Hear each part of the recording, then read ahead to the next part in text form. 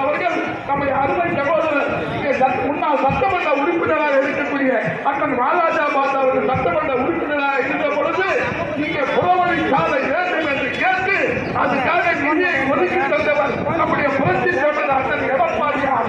அப்படி இருந்து கூட அந்த பணி இந்த அளவுக்கு இன்னும் முடிக்கப்படாமல் புரட்சி தலைவர் எடப்பாடியாரால் உருவாக்கப்பட்ட அந்த திட்டத்தை நிர்வாகமாக அந்த புறவழிச்சாலையை செய்து கொண்டிருக்கிறார்கள். இங்கே நெரிசல் அதிகமாக ஏற்படுகிறது. இந்த நெரிசலுக்கு காரணமாக பல்வேறு உயிரிழப்புகள் எல்லாம் ஏற்படுகிறது, விபத்துகள் ஏற்படுகிறது. இந்த விபத்துகளை எல்லாம் தடுக்க வேண்டும் என்று சொன்னால் அந்த புறவழிச்சாலையை உடனடியாக நிவர்த்தி செய்து தர வேண்டும், அதை உடனடியாக போட்டு தர வேண்டும் என்ற கோரிக்கை எல்லாம் வலியுறுத்துகின்ற வகையில் இந்த ஆர்ப்பாட்டத்தை நாம் நடத்தி கொண்டிருக்கிறோம்.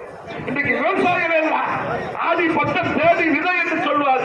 அதே போல இன்றைக்கு விவசாயிகள் எல்லாம் அங்க விவசாயம் செய்வதற்கு அங்க இருக்கக்கூடிய தொடக்க கூட்டுறவு வங்கியில போயிட்டு அங்க இருக்கக்கூடிய அதிகாரிகளை மருந்துகளை கேட்டால் யூரியா கொடு, பொட்டாஸ் கொடு, காம்ப்ளெக்ஸ் கொடுன்னு கேட்டா எங்க கிட்ட எதுவும் இல்லை, நீங்க போங்க, இந்த கவர்மெண்ட் எப்போ போகிறோம் அப்பதான் எங்களுக்கு கிடைக்கும் கொடுக்குது. எல்லா திமுக காரங்க கொள்ள எடுத்துட்டு போயிடலாம்.